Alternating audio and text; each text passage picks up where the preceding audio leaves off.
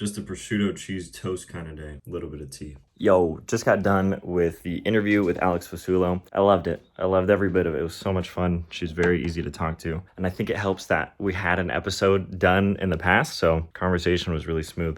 Very excited. I'm excited for that one to come out. Sweet. Grant is producing a little short film this week, which means I have to edit the podcast earlier in the week so I can get it to him and he can mix and master it, which is a little interesting, which does change the shape of my week slightly. However, it's totally fine. I'm excited. Now I'm excited to dive into these podcasts since we've been recording them. I think I have 3 or 4 more recordings this week. The last week of the month, I'm not sure if I already mentioned this, that's when all of the recordings get done. So me as a guest on other people's shows and guests coming on to my show. There's a few things I wanted to talk about. One, April 1st, I think I'm going to have a cup of coffee. I'm going to do it. We might start with decaf with no sugar, a sugar-free option, just to test the waters. And the other thing I wanted to mention is brainstorming ways around this monetization. I think I got to get out of the hole because I spent so much in paid ads. However, I need help breaking it down in regards to, should I make this a separate brand? As in, like, do I coin a project or a program called like Podcast Influence? And then this is a separate thing where I, show everything about how to do podcasting? Or do I still work it through my own stuff? Which I think is a little more difficult, I've found, is working it through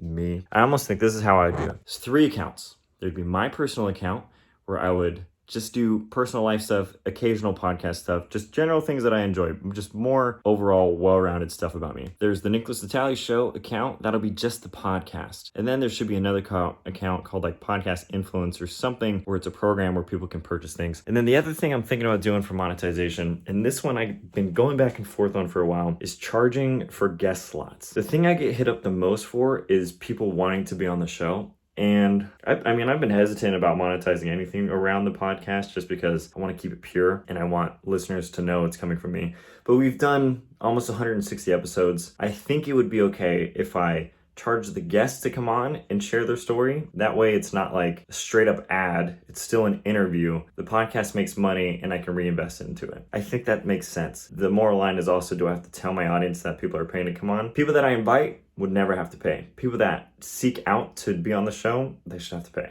What do you think? What are your thoughts? I think I gotta go to Trader Joe's before I do anything else. Man, do not put that clip in there. Don't. Hey, I'm talking to myself editing this. Do the right thing. Don't put that clip in there. It's April 25th. We're wearing the same shirt, and I just want you to know you can't tell me what to do, so I'm gonna put the clip in there. Don't. All right. Just to keep you in the loop here, it's 1 p.m. So if there's no eggs at Trader Joe's right now, I'm gonna freaking lose it. I'm gonna freaking lose my marbles. Because what's the whole point of getting groceries if you're not gonna get eggs? Huh? Where the hell are the eggs?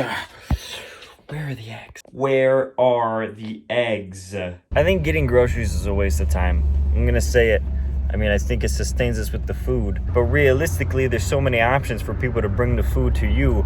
But I haven't found a good one. Instacart never let me order. Amazon Fresh would give me non-ripe food. It's weird. That's it. I mean, what else? Now I gotta go. Now I have to go to the store and interact with human beings on a level in which I don't want to be interacted with. I gotta make small talk at the cash register. Like, hey, why do you think your parents got a divorce? Be honest. And you think that Trader Joe's employees enjoy that? I don't. They don't. Neither one of us do.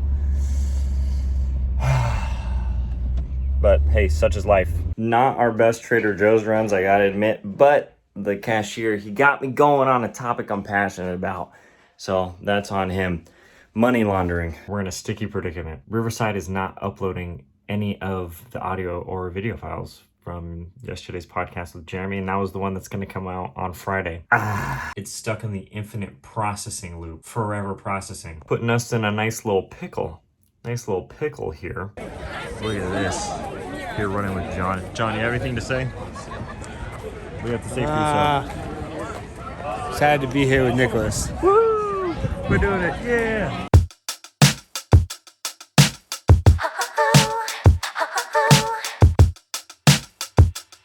This is my 3rd horchata. Look at the size of this thing.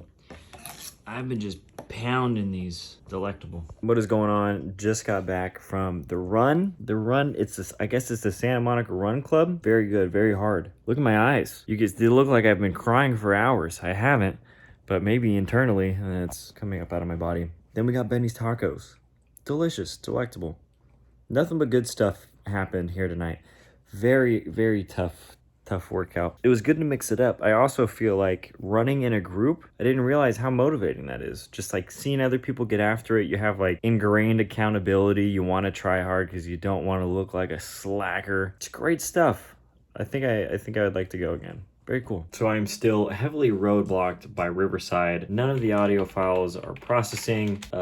Leaves us a little dead in the water. On the flip side, as you know, or maybe you don't know, I sent emails out to potential agents that could represent me here, and a homie of mine in my improv class told me about this website. It's called Rapunzel.com. I'm not entirely convinced. What it is, it's like a CRM, but you pretty much just purchase an email list of agents, and then you can mass blast them. You get a list of 217 names for $100, and then I think you get to send up to 50 emails a day, and I don't know how many times you can repeat by sending to the same people. I mean, it is cool. It is dope. Don't get me wrong. However, I'm curious if it's like you get 217, and after you send a handful of them, and if nobody replies, you have to buy again, which I suppose would make sense, but I don't know. We'll test the results. Fingers crossed that it works out well. So that's what I'm currently working on in lieu of processing of the audio files, although part of me is tempted to bang out another recording of one of the ones that have already been processed in the past and go from there. But even these older ones, I think they get saved in storage after a certain amount of time. So Riverside will archive them and you can restore them, but it can take up to 24 hours. So really, I think the lesson here is, once again, put all your eggs in one basket. You will pay indefinitely. Doesn't even matter what it is. Could just be recording a podcast. So that's what we're working on.